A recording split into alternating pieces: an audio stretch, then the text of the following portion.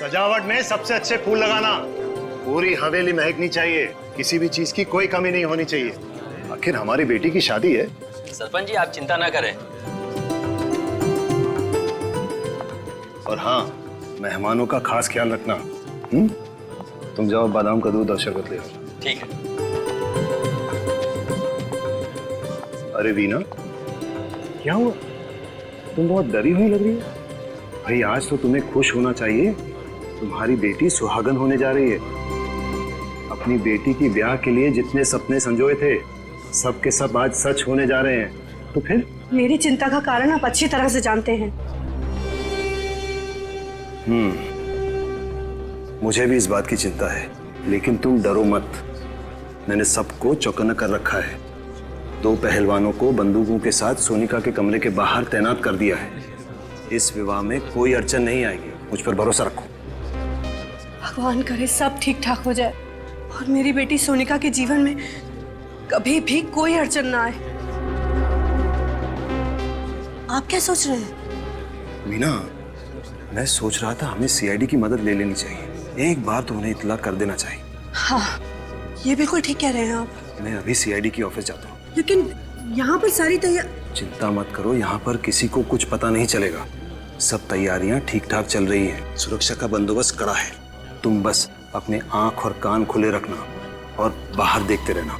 जी ठीक है, मैं ध्यान रखूंगी। लेकिन आप मुहूर्त से पहले आ जाना, वरना। चिंता मत करो, मैं जल्द ही वापस आ जाऊँ। सब ठीक हो जाएगा।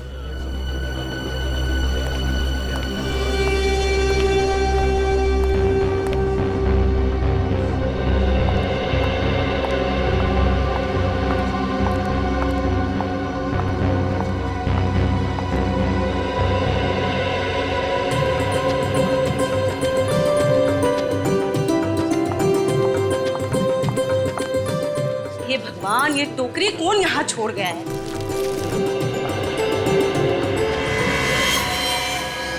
क्या है?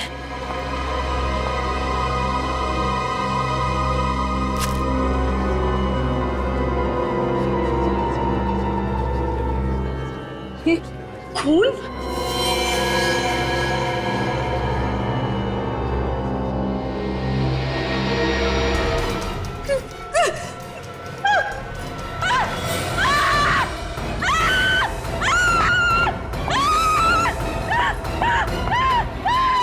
क्या हुआ? इतना चिल्ला क्यों रही हो? वो इस कमरे में। कमरे में? अंदर। क्या है कमरे में? अरे क्या हुआ? क्या हुआ? इतना शोर क्यों मचा रखा है? ये कह रही है कमरे में कुछ है। कमरे में कुछ है? क्या है कमरे में? आप लोग खुद ही चलकर देख लीजिए। अरे ऐसा क्या है कमरे में?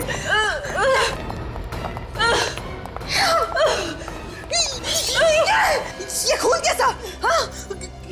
किसका खून है? बिस्तर के पीछे। बिस्तर के पीछे? बिस्तर के पीछे क्या? हे भगवान! ये कैसा? हाँ? ये यहाँ कैसे है? क्या हुआ मालकिन? आप लोगों के होते हुए ये कैसे हो गया? हाँ? कैसे हो गया? मालकिन, हम तो अपनी जगह पर थे, हमें नहीं पता ये सब कैसे हुआ। एक मिनट।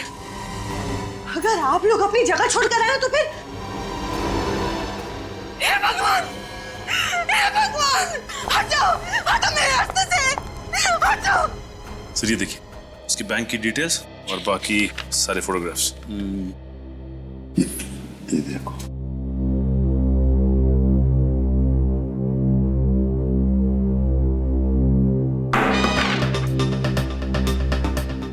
ये पेपर पढ़ने की जगह है। सॉरी। सॉरी क्या?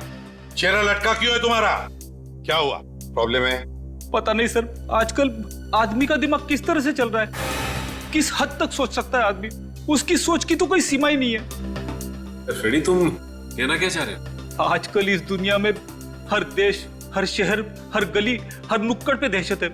लोग एक दूसरे के खून के प्यासे होते जा रहे हैं। जातीयवाद के नाम पे दंगे फसाद हो रहे सर।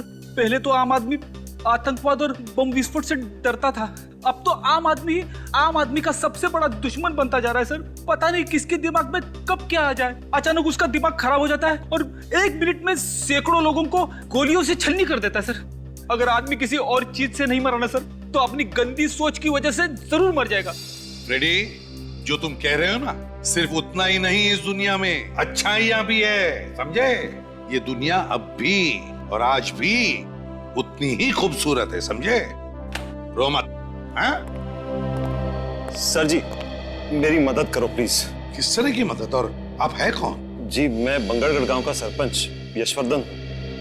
लेकिन किस तरह की मदद चाहिए आपको? दरअसल आज इस वक्त मेरे गांव बंगरगढ़ में मेरी बेटी सोनिका की शादी की तैयारियां चल रही हैं। सरपंच जी, आपकी बेटी की शादी है, ये तो बड़ी खुशी की बात है? तो इसमें हम क्या मदद कर सकते हैं? सर, मैं चाहता हूं कि आप लोग मेरे साथ मेरे गांव बंगरगढ़ आए, ये देखने के लिए कि शादी में सब कुछ ठीक ठाक चल रहा है या नहीं। एक मिनट सरपंच जी, कहीं आप हमसे हिफाजत तो नहीं चाहते? जी देखिए, ये हिफाजत वाला काम हम लोग नहीं करते हैं। जी, मैं जानता हूँ, मगर मैंने आप लोगों के बारे में बहुत सुना है। बड़ी उम्मीदें लेके आया हूँ आप लोगों के पास। देखिए यशवर्धन जी, आप समझने की कोशिश कीजिए। अच्छा जी, तो इतना कीजिए कि आप लोग मेरे साथ मेरे गांव आइए, मेरी बेटी सोनिका की शादी में शामिल होइए, खाइए पीजिए, शादी का आनंद लीजिए, बस इतनी विनती है आपसे। सिर्फ यही वजह है, और तो कोई बात नहीं है यशवर्धन जी? जी नहीं।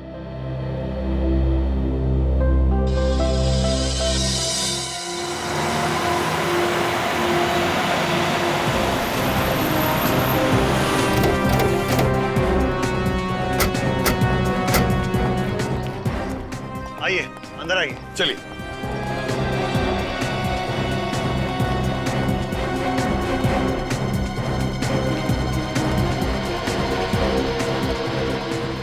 अरे सब लोग कहाँ हैं? वही तो है। हो क्या रहा है यशवर्धन जी? आप तो कह रहे थे कि शादी की तैयारियां चल रही है, फिर बाकी के लोग कहाँ हैं घर के? मैं भी यही सोच रहा हूँ सर, सब गए कहाँ? मेरा परिवार, रिश्तेदार, सारे मेहमान, कर्मचारी। जब मैं यहाँ से निकला था तो पूरे घर में चहल पहल थी। हे भगवान, मेरी बच्ची। ये आवाज, ये तो किसी की रोने की आवाज है। लगता है घर के पीछे से आ रही है, चलो देखते हैं। हाँ, ये आवाज घर के पीछे से ही आ रही है। हे भगवान, मेरी गैरहाजिरी में कहीं कोई अनर्थ तो नहीं हो गया? यहाँ से आइए। हे भगवान, यहाँ पर सोनिका! अरे हे भगवान! सोनिका, सोनिका, सोनिका, ये क्या हो गया? आपने आने में बहुत देर कर दी। हमारी बच्ची सोनिका में हमेशा के लिए छोड़कर चले आप जरा प्लीज पीछे हटिए। सोनिका!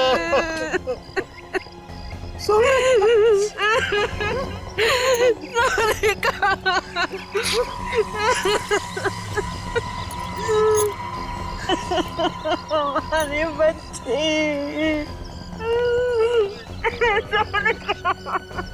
ऐसा लगता है किसी ने ऊपर से इसे धक्का दिया है। वही तो, सिर के पीछे वार करने के बाद फिर ऊपर से नीचे क्यों फेंका? इसका घाव काफी गहरा है, ऐसा लगता है किसी ने किसी भारी चीज से मारा है। वही तो, लेकिन एक बात समझ में नहीं आ रही है, सिर के पीछे इतनी जोर से भारी चीज से वार करने के बाद फिर ऊपर से नीचे क्यों फेंका?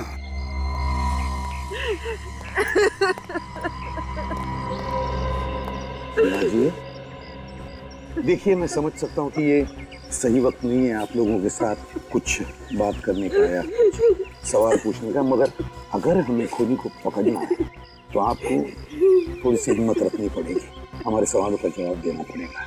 एक बात बताइए, जब यशवर्धन जी हमें बुलाने आए थे उस वक्त, मतलब यहाँ से हमारे पास आकर फिर हमारे साथ आने के बीच में क्या हुआ था घर में?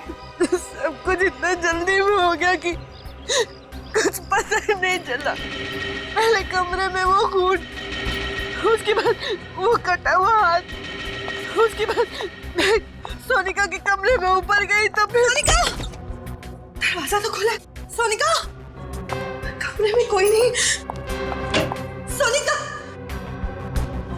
कहाँ चली गई मेरी बच्ची? सोनिका! खिड़की की तरफ क्यों जा रहा है खून? सोनिका! यशवर्धन जी, आपकी गैर हाजिरी में बहुत कुछ हो गया है। अगर मैं घर छोड़कर गया ही नहीं होता तो ये सब कुछ नहीं होता। हम आपका दुख समझ सकते हैं।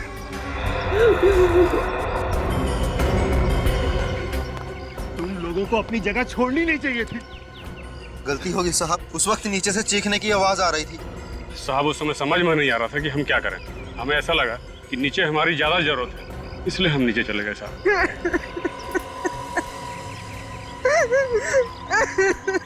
वीणा जी, क्या आप हमें वो जगह दिखा सकती है जहां पर वो खून और हाथ मिला? प्लीज। जी। इस तरफ से।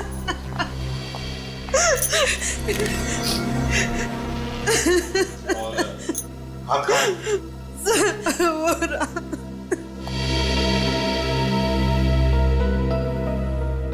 लगता है खूनी पीछे के दरवाजे से अंदर आया है। हाँ सच।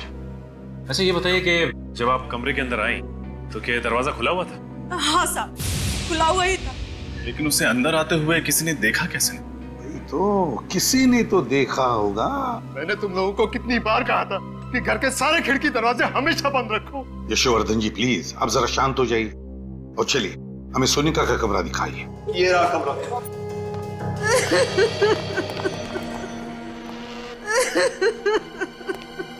क्या हुआ है यहाँ?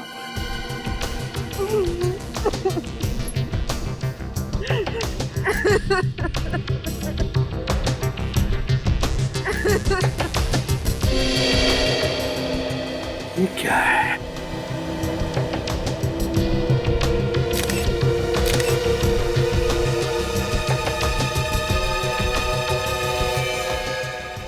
किस कपड़े का टुकड़ा है ये? ये तो मेरी बेटी सोनिका की साड़ी का टुकड़ा है।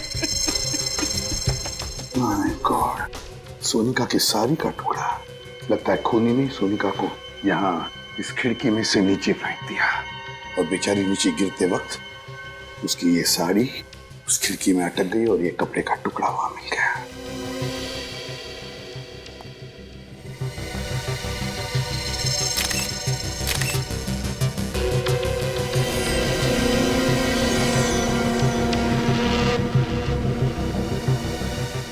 सर ये खून लगा हुआ आवाज उधर कबोर्ड के नीचे।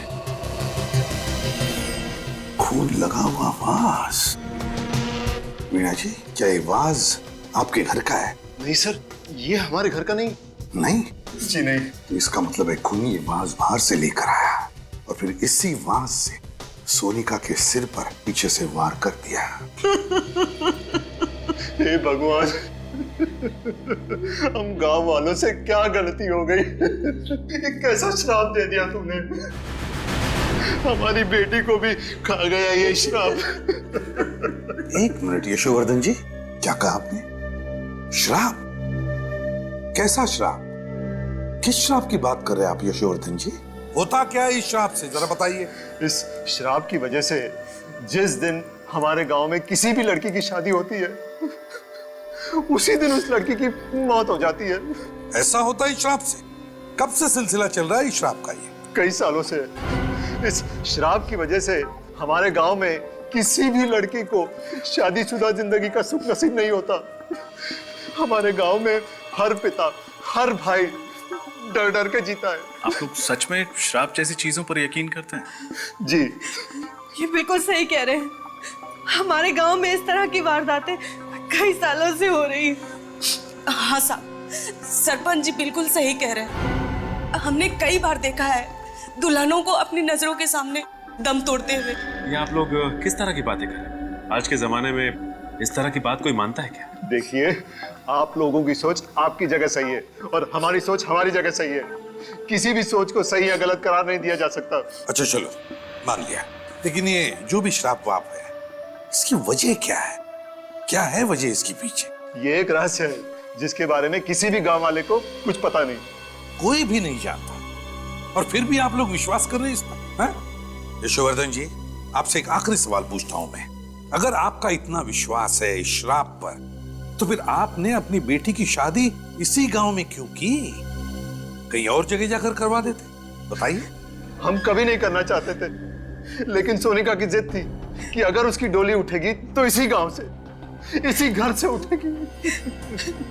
उसकी जिद के आगे हमें झुकना पड़ा और हमने शादी की तैयारियां भी शुरू कर दी। हमने उसे बचाने की हर कोशिश की, लेकिन ये श्राप हमारी बच्ची को निकल गया। नहीं वीणा जी, देखिए ये श्राप वाप कुछ नहीं होता, सब झूठ है ये। मेरी बात पर यकीन कीजिए, इसके पीछे कोई और है, कोई ऐसा शख्स जो सालों से आपने दहशत फैला रहा है, इस श्राप की आड़, समझा? और हमें यही पता लगाना है कि है कौन ये, और हम पता लगा कर रहेंगे ही। एक बात बताइए, आपकी बेटी की शादी की तैयारियों की कोई वीडियो रिकॉर्डिंग वगैरह की है आपने? जी हाँ, है। तो ये वीडियो रिकॉर्डिंग हमें दीजिए।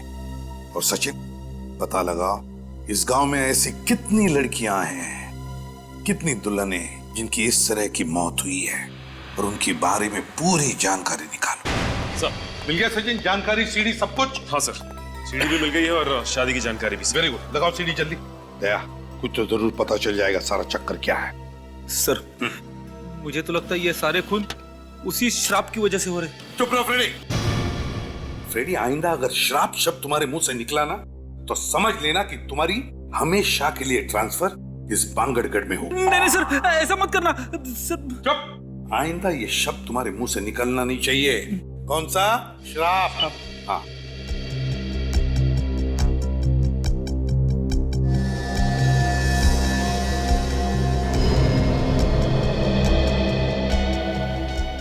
ये देखो, ये नौकरानी बाहर आ गई। गड़बड़ हो गई है, घर के सारे लोग इकट्ठा हो गए। नौकरानी कुछ कह रही है। ये सारे के सारे इस कमरे के अंदर गए। इसी कमरे में वो नकली हाथ और नकली खून मिला था। कोई दोनों पहलवान भी आ गए, चौकीदार ये भी अंदर गए। इसका मतलब है घर के सारे लोग इस कमरे के अंदर हैं। ये कौन है? ये लाल साड़ी वाली औरत? अरे, तो ऊपर जा रही है। सर, यहाँ पे भगदड़ मच गई, बाकी के सारे लोग इस कमरे में गए। ये ऊपर की तरफ जा रही है। ऊपर तो सोनिका का कमरा है सर। हाँ, ऊपर तो सोनिका का कमरा है। देखा फ्रेडी, ये कोई श्राप वाप का चक्कर नहीं, ये इस लाल साड़ी वाली औरत का चक्कर है। दया, कहीं ऐसा तो नहीं कि सोनिका का खून इस लाल साड़ी वाली ने ही किया है? सर, रिवाइंड करना सर। बस प्ले करो सर। जरा इस औरत की चाल को जरा गौर से देखना, कुछ तो गड़बड़ है सर। हाँ दया, चाल तो मर्दाना लगती है। सर, कहीं ऐसा तो नहीं कि कोई आदमी ये साड़ी पहन के अंदर जा रहा है? हो सकता है, और इसी आदमी ने सोनिका का खून किया है। सर, अगर इसी आदमी ने उन बाकी दुल्हनों को मारा है तो हो सकता है उनकी शादी पर भी ये गया लड़की बन के। बिल्कुल सचिन, सारी जानकारी है ना इसमें? हाँ सर, लेकिन सर शादी की डेकोरेशन करने वाले तो सारे लोग अलग थे, यहाँ तक कि केटरर भी अलग, और तो और शादी में जो मेहमान आए थे वो भी अलग है। एक शादी में जो आया वो दूसरी में नहीं है। अच्छा, पांचों शादियों में सारे के सारे लोग अलग अलग थे, यहाँ तक के मेहमान भी। लेकिन ये क्या, इन पांचों शादियों में एक आदमी कॉमन है। कौन सर? पंडित जी, दया, जगनलाल पंडित। लेकिन सर, सोनिका की मौत तो शादी की रस्में शुरू होने से पहले ही हो गई थी। उस वक्त पंडित जगनलाल तो पहुंचा भी नहीं होगा सर। अगर आने वाले तो थे पंडित जगनलाल, तो कहीं ऐसा तो नहीं कि सोनिका का खून इस पंडित जगनलाल ने ही किया, लाल साड़ी पहनकर? हो सकता है सर, या तो वो खुद खूनी है या फिर खूनी के साथ मिला हुआ है। इस पंडित जगनलाल को मिलना ही पड़ेगा।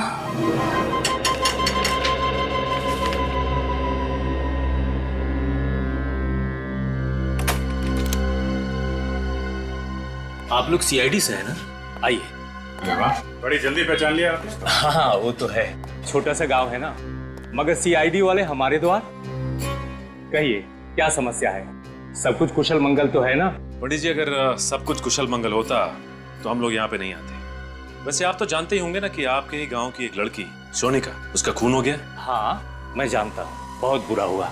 सोनिका बिटिया को मैं बहुत अच्छी तरह से जानता था, मैं ही उसकी शादी करवाने वाला था। ये हम जानते हैं पंडित जी। आप ये बता सकते हैं कि सोनिका का खून किसने किया होगा? देखिए श्रीमान, हम पंडित हैं, हमारा काम रिश्ते जुड़वाना और शादियां करवाना है, बाकी किसी चीज से हमारा कोई संबंध नहीं है। तो पंडित जी, आप ये भी नहीं जानते होंगे कि अब तक आपके गांव में जितनी भी दुल्हनों की हत्या हुई है वो किसने की? नहीं श्रीमान, उन लड़कियों का भी खून किसने किया और क्यों किया, इस बारे में मुझे कुछ पता नहीं है। ये सारी बातें मेरी समझ से परे है। लेकिन पंडित जी, हमारी समझ में कुछ कुछ आ गया है। फिलहाल अभी हम लोग जा रहे हैं, लेकिन आपको परेशान करने दोबारा आएंगे। जी जरूर। अब बर्दाश्त नहीं हो रहा है, बहुत हो गया। अब मुझे बात करनी पड़ेगी। हेलो, बात करिए उससे मेरी। हाँ हाँ, उसी से। देखो, सीआईडी वाले आए थे मेरे घर पर, पूछताछ कर रहे थे। देखो, बर्दाश्त नहीं होता मुझसे। हाँ ठीक है, मैं मिलने आ रहा हूं तुमसे, पर आखिरी बार। इधर ही आ रहा है।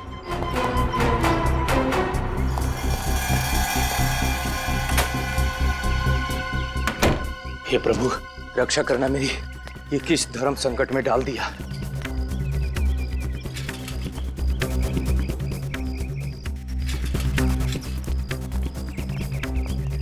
आज तो उसे मुझे बताना ही पड़ेगा। एक पंडित के घर में सीआईडी, और इस सालों की कमाई इज्जत खाक में मिल जाएगी। समझ जा पंडित, मैं तो उससे मिलना ही नहीं चाहता हूँ। आज दूध का दूध, पानी का पानी हो ही जाएगा। आज उससे मैं कह ही दूंगा कि तुम्हारे बाप के किसी भी भागीदार बनने वाला नहीं हूं मैं।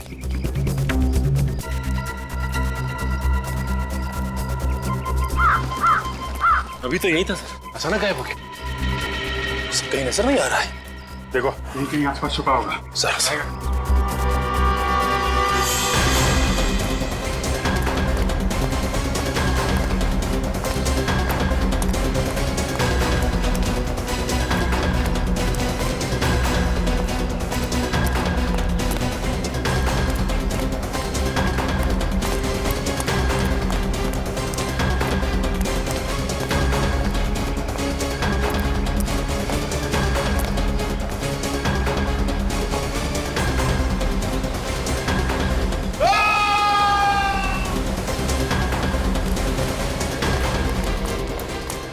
कहीं जगनलाल की आवाज तो नहीं थी?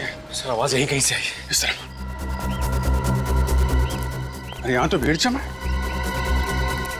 जगनलाल के साथ? एक्सक्यूज मी, प्लीज हटिए, प्लीज हटिए, हटिए, हटिए। मैं हे भगवान, इस शापित गांव के एक लौते पंडित को भी आपने उठा लिया। अब क्या होगा हमारा?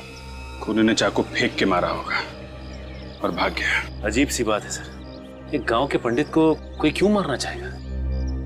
अजीब बात तो इस गांव की हर एक चीज है। एक के बाद एक खून होते जा रहे हैं, पर खूनी इतनी जल्दी जगनलाल को मार के कहां भाग गया? लेकिन आसपास चेक करो जरा। हटिए, हटिए।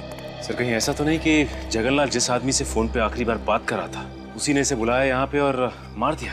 जगनलाल को उसके इरादे पे शक नहीं हुआ होगा कि वो उसका खून करने वाला है। हाँ सर, इसने सीआईडी के आने की खबर दी होगी और उस आदमी ने इसका हमेशा के लिए मुंह बंद कर दिया। इसका मतलब सिर्फ हम ही नहीं, वो खूनी भी इन गलियों में भाग रहा था इस जगनलाल के पीछे।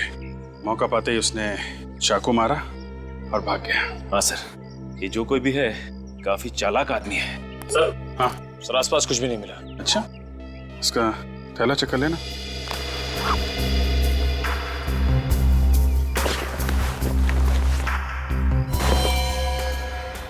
मोबाइल चेक करो, आखिरी कॉल किसको किया था? सर आखिरी नंबर तो कोई लैंडलाइन नंबर है। लैंडलाइन लगा लो। रिंग तो बज रही है सर।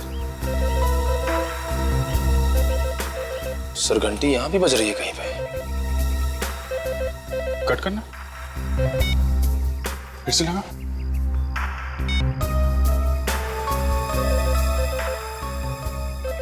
घंटी की आवाज तो यहीं से आ रही है। इसका मतलब ये नंबर यहीं आसपास का है।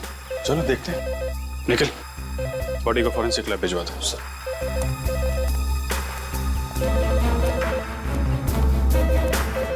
आवाज यहीं से आ रही है।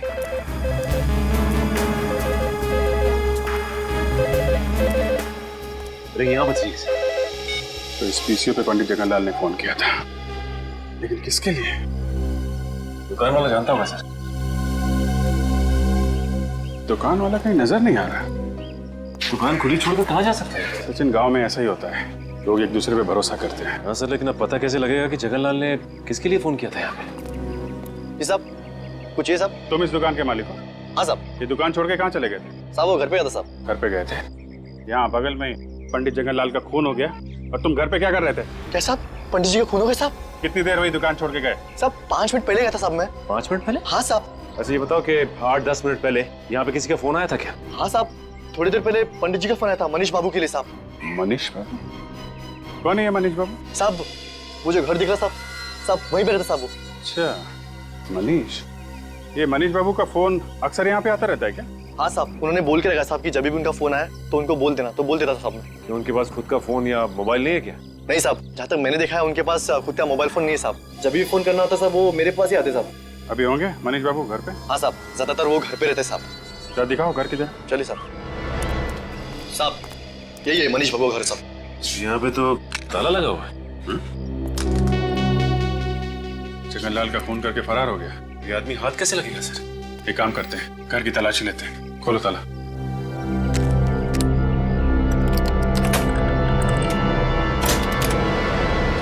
यहीं खड़े रहना। जी साहब।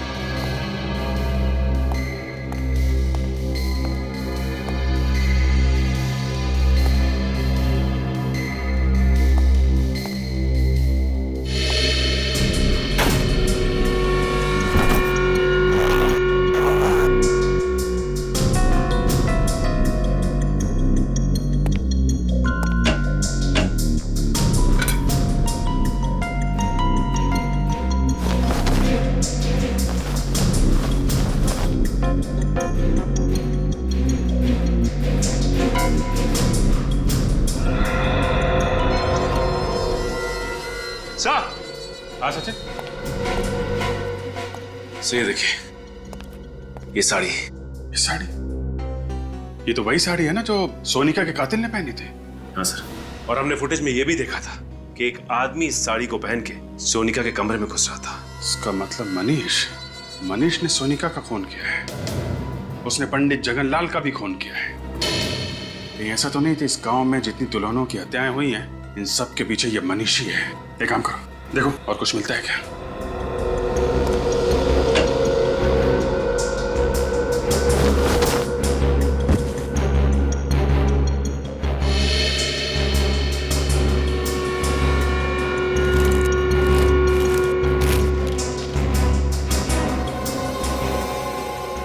ये आदमी और ये औरत, ये फोटो।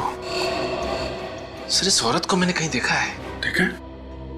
कहाँ देखी है? याद करो सर। सोनिका के कमरे में जो फोटोग्राफ्स थी उसमें ये लड़की भी थी। सोनिका के घर पे? इसका मतलब सोनिका इस औरत को जानती होगी। और ये आदमी भी था फोटो में? सर ये आदमी तो नहीं था। फिर ये कौन है? जरा उस दुकान वाले को बुलाओ। भाई साहब जरा अंदर आइए। जी साहब। अरे देखो, ये आदमी मनीष है। नहीं साहब, ये मनीष बाबू नहीं है साहब। क्या? ये मनीष बाबू नहीं है? नहीं साहब, मनीष बाबू की तो दाढ़ी है, मूछें है और वो चश्मा भी पहनते साहब, और उनकी उम्र भी ज्यादा है साहब। ये मनीष बाबू हो ही नहीं सकते साहब। अच्छा, इस औरत को देखा कभी? नहीं साहब, इन्हें मैंने पहले कभी नहीं देखा साहब। सर हमें साड़ी तो मिल गई है, लेकिन इसका कहना है कि ये आदमी मनीष नहीं है। तो कहीं ऐसा तो नहीं कि जो आदमी सोनिका के कमरे में भेस बदल के गया था उसे मारने के लिए, वो आदमी ये फोटो वाला आदमी हो सकता है ये मनीष का कोई रिश्तेदार या फिर जान पहचान वाला हो। एक बात बताओ, ये मनीष आदमी कैसा है? मनीष बाबू को इस गांव में आए हुए 1 साल हुआ है। मैं उनके बारे में इतना कुछ नहीं जानता साहब। वो यहाँ पे अकेले रहते थे या इनके साथ कोई और भी रहता था? हाँ साहब, अकेले रहते थे साहब। अकेले? हाँ साहब। किसी को देखा यहाँ पे आते जाते उनसे मिलते? नहीं साहब, मैंने किसी को उनके घर पे आते जाते नहीं देखा साहब। ठीक, तुम जा सकते हो। अगर इस औरत की फोटो यशवर्धन के घर में है तो यशवर्धन इस औरत के बारे में जरूर जानता होगा। चलो यशवर्धन से मिलते हैं।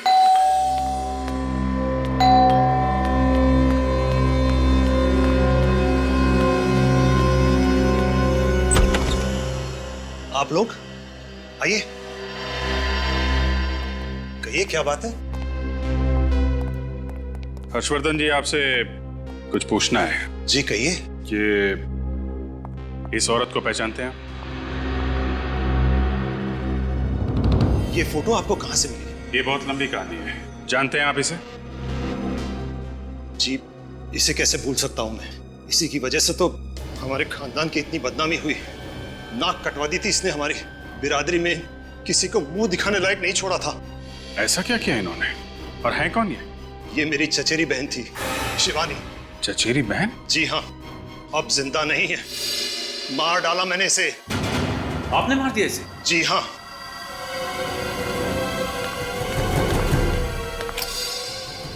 इसी बंदूक से मारा था मैंने उसे 15 साल पहले। क्यों? क्यों मारा आपने? शिवानी को धीरज से प्यार हो गया था और धीरज हमारी बिरादरी का नहीं था। और धीरज ये है? जी हाँ, यही है धीरज। इसी को लेकर आई थी यहाँ, मुंह काला करके, लाल टीका लगवाने, हमारा आशीर्वाद लेने। बाबा, ये धीरज है। इससे शादी करके मैं अपनी पूरी जिंदगी इसके साथ बिताना चाहती हूँ। शिवानी, इसे जीवन बिताना नहीं, जीवन बर्बाद करना कहते हैं। ये क्या कह रहे हैं आप? बेशरम, तू हमारे खानदान का नाम बर्बाद करना चाहती है? बाबा, आप कैसे सोच सकते हैं कि मैं ऐसा कोई कदम उठा सकती हूँ? बाबा, धीरज बहुत अच्छा लड़का है, आपको भी बहुत पसंद आएगा। बाबा, मैं तेरी हिम्मत कैसी हुई ऐसी बात करने की? अगर मुझे पता होता कि तू हमारे खानदान का नाम इस तरह रोशन करेगी तो मैं तुझे पैदा होते ही मार देता। बाबा, आप मुझसे ऐसे कैसे बात कर सकते? मैंने कभी सोचा भी नहीं था कि आप मुझसे इतनी घिनौनी बात करेंगे। तू मुझे समझाने की बात कर रही है? अरे समझना तो तुझे चाहिए बाबरी। हमारे खानदान में, हमारी जाति में, हमारी बिरादरी में बाहर के किसी लड़के से ना किसी ने शादी की है और ना कोई कर पाएगा। भैया, भैया आप कुछ समझाइए ना बाबा को। शिवानी, तुमने जो कुछ किया गलत किया। भैया, आप भी? हाँ, ये भी। हम सब तेरे खिलाफ हैं। सब अंधे हो चुके, आप सब अंधे हो चुके। आपके अहंकार और अंधविश्वास ने आपको अंधा कर दिया है। बाबा, धीरज दूसरी बिरादरी का हुआ तो क्या हुआ? वो अच्छा इंसान नहीं हो सकता। बाबा, मैं आपसे विनती करती हूँ, हमें अपना आशीर्वाद दे दीजिए, हमें अपना आशीर्वाद दे दीजिए। कभी नहीं, जब तक मैं सलामत हूँ कभी नहीं। लेकिन बाबा, वो शिवानी, इनके सामने अपने आंसू बहाने से कोई फायदा नहीं। चलो। बाबा, धीरज वो शिवानी, इनको अगर हमारी बात नहीं मानी तो ना सही, इनके आशीर्वाद के बिना हम अपनी नई जिंदगी शुरू करेंगे, अपना नया घर बसाएंगे। चलो। लेकिन कहीं नहीं जाओगे तुम। देखिए, आप लोग हमारा कुछ नहीं बिगाड़ सकते। शिवानी अब बालिक है। चलो शिवानी। बस, मैं कहता हूँ चलो। अब बहुत हो चुका। यशवर्धन, बंदूक लेकर आओ। ये क्या कर रहे हैं आप? यश नहीं, शिवानी आपकी बहन है। छोड़ो मुझे। गोली चलाओ, चलाओ गोली। यशवर्धन, चलाओ गोली।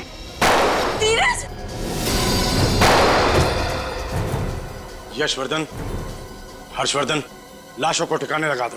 पिताजी के दबाव में आके मार दिया मैंने इन दोनों को, और इसी वजह से मैंने इन्हें आज तक माफ नहीं किया। ऑनर किलिंग, इस तरह किसी की जान लेने में कैसा सम्मान? क्या मिलता है आप लोगों को ये सब करके? सचिन, गन ले लो इनके। लाइए, ज्यादातर लाइए। अरेस्ट करें सर? गिरफ्तार तो करेंगे ही। जो गुनाह इन्होंने किया है उसकी सजा तो इन्हें भुगतनी ही पड़ेगी। सचिन, इस धीरज की फोटो मनीष के घर में है, कुछ समझे? हाँ सर, इसका मतलब मनीष और धीरज एक दूसरे को अच्छी तरह से जानते थे, दोस्त थे एक दूसरे के, और धीरज की जान का बदला लेने के लिए मनीष ने इनकी बेटी सोनिया को मार दिया। जल्द से जल्द इस मनीष को ढूंढना होगा। ये धीरज मरा है और मनीष जिंदा है, और मरे हुए धीरज की फोटो मनीष के घर में हमें मिली। ये कैसे? कुछ ना कुछ तो चक्कर है दया, कुछ ना कुछ तो गड़बड़ है। कैसी गड़बड़ सर? दया, फोटो में जो दिख रहा है ना, उसे नहीं देखते। जो फोटो में नहीं दिख रहा है उसे ढूंढने की कोशिश करते हैं, उसे ढूंढने की कोशिश करते हैं। क्या मतलब सर? मतलब अभी पता चल जाएगा रजत, अभी पता चल जाएगा। रेडी? स्केच आर्टिस्ट को लेकर आओ, और सचिन, बांगड़गढ़ के पीसीओ वाले को लेकर आओ, उस पीसीओ वाले को जिसके पीसीओ पर मनीष को फोन आया करते थे।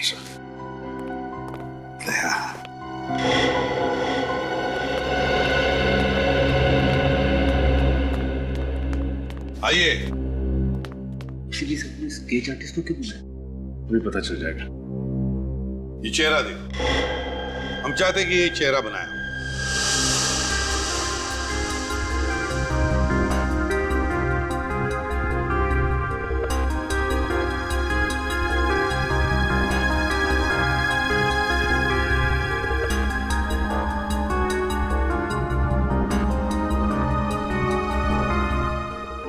बढ़िया है। एक काम करो, अब इस चेहरे पर मोटी सी मूछें और दाढ़ी भी बनाओ। हैं? एक मिनट मत बनाइए, ये चेहरा ऐसे ही रहने दीजिए। इस दूसरे पेपर पर बिल्कुल ऐसा ही चेहरा बनाओ, ऐसा ही चेहरा, लेकिन थोड़ा उम्र में ज्यादा, एक 10-12 साल। और फिर उस चेहरे पर मूछें दाढ़ियां लगाओ जी। हाँ। और हाँ, चश्मा भी चाहिए उसे, मोटा सा। ठीक है, काले फ्रेम वाला।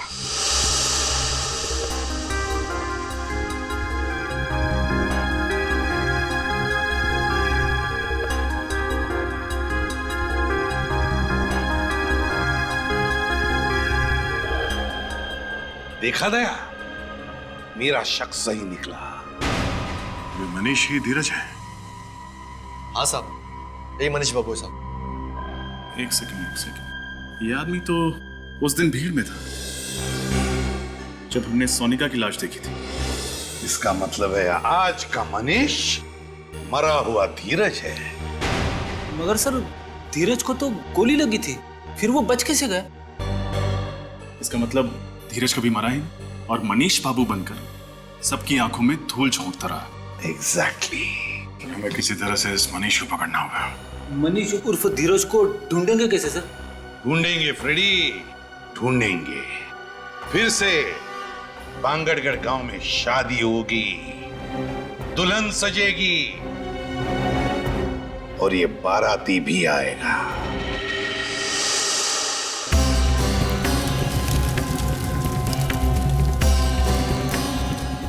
रजत तैयार रहना, वो आएगा। दुल्हन को मारने जरूर आएगा। दुल्हन को हम आज तक नहीं आने देंगे सर, आप फिक्र मत कीजिए, उसके आगमन के लिए हम पूरी तरह तैयार हैं।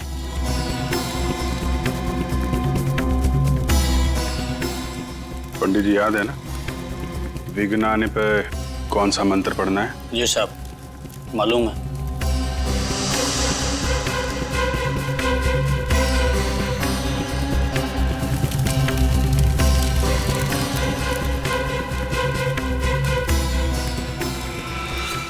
अरे, ये बिजली को क्या हुआ? खूनी आ चुका है। रजत, तैयार रहना। ये बिजली नहीं, कुछ और ही है। सही कहा तुमने, हमारे गांव के दुल्हनों पर किसी तरह का श्राप लगा है। ये बिजली उस श्राप की वजह से ही गई है। हाँ, ये श्राप कहीं हमें भी ना ले डूबे। हाँ, यहाँ से भाग जाने में हमारी समझदारी है। हमें शादी में आना ही नहीं चाहिए था। चलो यहाँ से। हाँ चलो। एक्सक्यूज मी, एक मिनट। कहाँ जा रहे हैं आप लोग? कोई भी कहीं नहीं जाएगा, बाहर नहीं जाएगा कोई भी। आप लोग यहीं रुकिए प्लीज, कहीं मत जाइए। देखिए, हमें जाने दीजिए, हम लोग मरना नहीं चाहते हैं। कुछ नहीं होगा, हम लोग यहाँ पर है ना। आप लोग प्लीज, कोई बाहर नहीं जाएगा, यहीं रुकिए। साहब, अभी तक वो नजर नहीं आया। तुम घबराओ मत, मैं देख के आता हूँ क्या हुआ है। रुकिए प्लीज।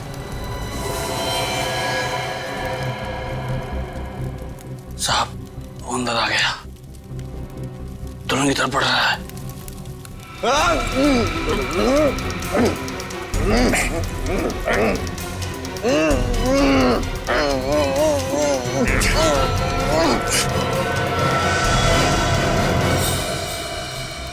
अरे, तुम दुल्हन नहीं हो?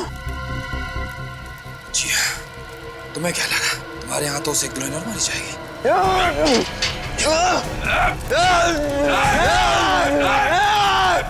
आगे मत आना, जला दूंगा। सबको जला दूंगा। मैं जला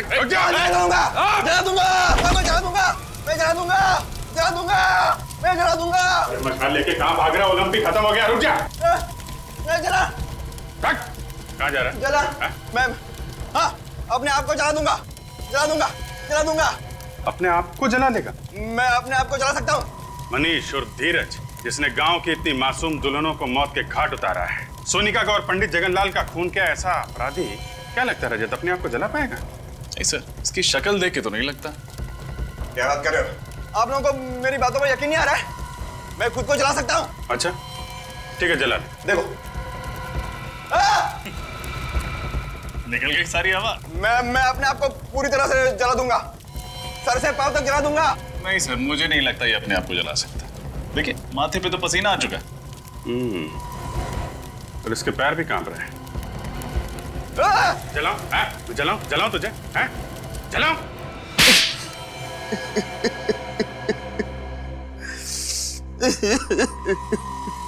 मनीष उर्फ धीरज, बताओ क्यों किया तुमने ये सब? इसका जवाब तो मैं पिछले 15 सालों से ढूंढ रहा हूँ। एक भाई अपनी बहन को कैसे मार सकता है? एक बाप अपनी बेटी की खुशियों का गला कैसे घोट सकता है? क्यों दो प्यार करने वालों को लोग जीने नहीं देते? मैं अपनी शिवानी के साथ आशीर्वाद लेने उसके घर गया था और मिला क्या? धीरज, धीरज, तुम बच कैसे गए? जिसको राम राखे उसको कौन चाखे। एक गांव वाले ने यशवर्धन और हर्षवर्धन को मुझे और शिवानी की लाश को ठिकाने लगाते हुए देख लिया था जंगल में। उसी ने मुझे बचाया। कई सालों तक मैं बेहोश था और जब होश में आया तो मुझे शिवानी की मौत की खबर मिली और मैं गुस्से से पागल हो गया और मैंने सोचा कि मैं बदला लूंगा। बदला लेने के लिए तुमने बांगड़गढ़ गांव की सारी दुल्हनों को मार दिया। हाँ, और इसी वजह से गांव वालों के मन में श्राप का डर और भी गहरा होता गया। हाँ, आप लोगों की वजह से मुझे बहुत परेशानी हुई, लेकिन मकसद तो पूरा करना ही था। इसलिए औरत के भेष में यशवर्धन के घर के बेडरूम के पीछे के दरवाजे से मैं अंदर गया। नकली हाथ और नकली खून रखा, मेहमानों में शामिल हो गया और जब तमाशा हुआ तो पहलवान नीचे आ गए और मैं सोनिका के रूम में दाखिल हो गया। अपने साथ लाए हुए फ्लावर वास से मैंने उसके सिर पर मारा और उसे खिड़की के बाहर फेंक दिया। और जगतलाल पंडित, उसको भी तो तुमने ही मारा। क्या बिगाड़ा था उसने तुम्हारा? वो आप लोगों को सब कुछ सच सच बताने वाला था, इसलिए उसे भी मारना पड़ा। तो कहीं ऐसा तो नहीं कि इस जगनलाल पंडित ने ही तुम्हें 15 साल पहले बचाया था? हाँ, उसी ने मुझे बचाया था। भगवान ने तुम्हें दूसरी जिंदगी दी, एक नया मौका दिया जीने का। और तुमने क्या किया? अपना बदला पूरा करने के लिए गांव की मासूम लड़कियों की जानें ली। उनकी शादी के दिन अब तो भगवान भी तुम्हें माफ नहीं करेगा। तुम्हें तो फांसी होकर ही रहेगी।